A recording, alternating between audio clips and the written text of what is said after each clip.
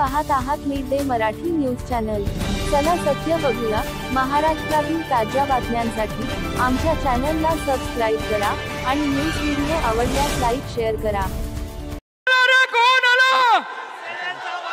अरे कोण बोलते येणार नाही? अरे कोण बोलते येणार नाही? उद्धव साहेबांचा, उद्धव साहेबांचा।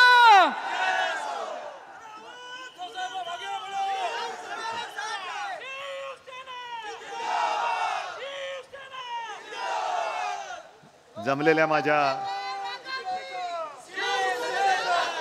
आला तो बोलू द्या ना। जमलेल्या माझ्या तमाम हिंदू बांधवांनो, भगिनींनो आणि मातांनो, तुमचा जोश आणि उत्साह मी समजू शकतो। आणि आता तुम्ही जी घोषणा देत होता, आवाज कोणाचा, हा आवाज दिल्लीकरांच्या कानावरती आदळला पाहिजे आणि त्यांना कळलं पाहिजे की महाराष्ट्र हा लेच्या पेच्यांचा देश नाहीये। महाराष्ट्र हा शूरांचा, मर्दांचा आणि छत्रपती शिवाजी महाराजांचा हा प्रदेश आहे। जे आपल्या महाराष्ट्राचं एक वर्णन आहे, राकट देशा, कणखर देशा, दगडांच्या देशा। जर दिल्लीवाले असं समजत असतील की इकडे लाचार, भेकड आणि मिंदे राहतात, तर ते तुमच्याकडे राहतात, आमच्याकडे राहत नाहीत। सगळे जे कोणी लाचार, भेकड आणि मिंदे आहेत, जे होते ते तर भाजपसोबत गेलेत। अजूनही कोणी असतील तर बेधडक जा, भेकडांवर निघून जा। कारण आपल्याला कल्पना आहे, मी नाशिकच्या सभेत बोललो होतो, भेकड जनता पार्टी, उगाचच नाही बोललो काहीतरी बोलायचं म्हणून। ही भेकडांची पार्टी आहे आणि बेडकांची पार्टी आहे। या पक्षातून त्या पक्षात, त्या पक्षातून त्या पक्षात जाणारे बेडूक जनता पार्टी आणि स्वतःमध्ये काही कर्तृत्व नाही, ना नेते जन्माला आले, ना आदर्श जन्माला आले, म्हणून दुसऱ्या पक्षातले घ्यायचे।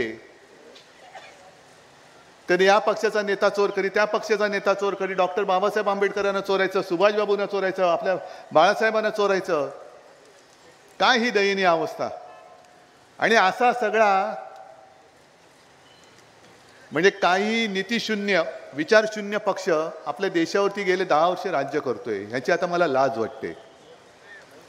गीते साहेब, तुम्ही मागासच्याही सभेत बोललाय, आत्ताही जोरात बोलला की पुढचे मुख्यमंत्री उद्धव ठाकरे असतील, पण त्याच्या आधी लोकसभा आहे,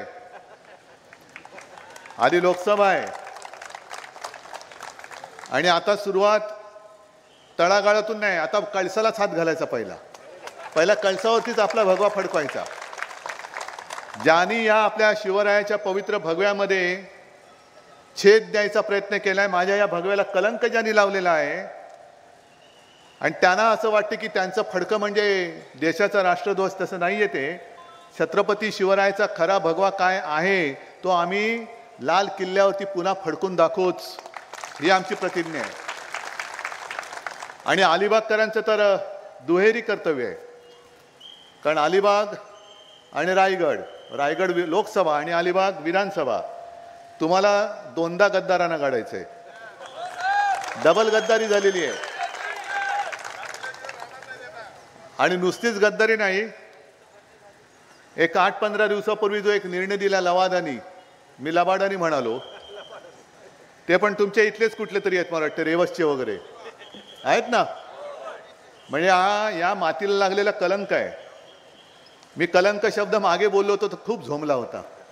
कोणाला बोललो होतो तुम्हाला माहिती आहे, पण दुसरं बोलायचं तरी काय, दुसरं मला समानार्थी शब्द द्या, मी तो बोलतो। नाही, आता जे बोललो तो इथल्या ज्यांनी आपल्या सगळ्या 10व्या परिशिष्टाची चिरफाड करून जो उफराटा म्हणजे विक्षिप्त उलटा निर्णय दिला, त्याच्याबद्दल बोलतोय। नाही, तुम्हाला माहिती आहे, कारण तुम्ही त्यांचे गावकरी आहात, त्याच्यामुळे तुम्ही जास्त ओळखता त्यांना आणि त्यांचं वर्णन तुम्ही योग्य करू शकता। आम्हाला हल्ली दिसले ते, हल्ली म्हणजे पूर्वी आपल्यात होते। म्हणजे ज्याला काय म्हणाल तुम्ही, काय होत, दलाल, जमिनीचे दलाल, माहित नाही मला। पण त्यांनी एक गोष्ट लक्षात ठेवलं पाहिजे की नशिबाने मोठी एक जबाबदारी दिली, असं नशीब कोणात नसतं।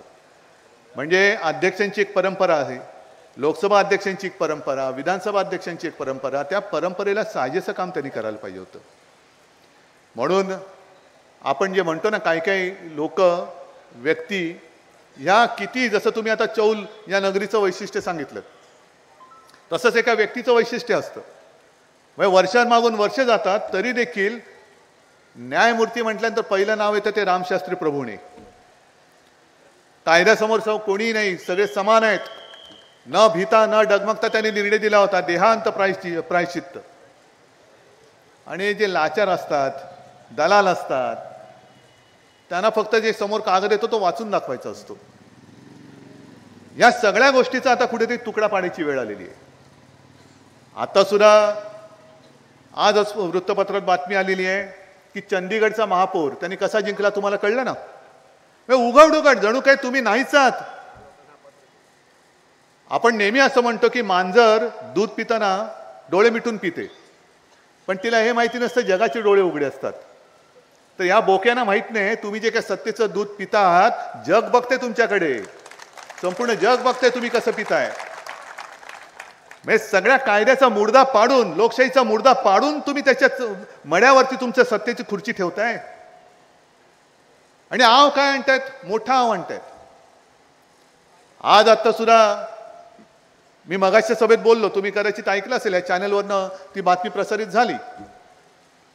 आपल्या देशाचा म्हणजे निवडणूक पूर्वी एक बजेट द्यावं लागतं. ते बजेट आज निर्मला सीतारामन आपल्या देशाच्या अर्थमंत्री आहेत, त्यांनी मांडला. म्हणजे मी त्यांचं अभिनंदन केलं, कौतुक केलं, कारण त्यांना माहिती आहे की पुढच्या वर्षी, पुढच्या वेळेला बजेट मांडणारं सरकार आहे त्यांचं नसणार आहे. म्हणजे या सरकारचा शेवटचा अर्थसंकल्प. महाराष्ट्रातील ताज्या बातम्यांसाठी आमच्या चॅनलला सबस्क्राईब करा आणि न्यूज व्हिडिओ आवडल्यास लाईक शेअर करा.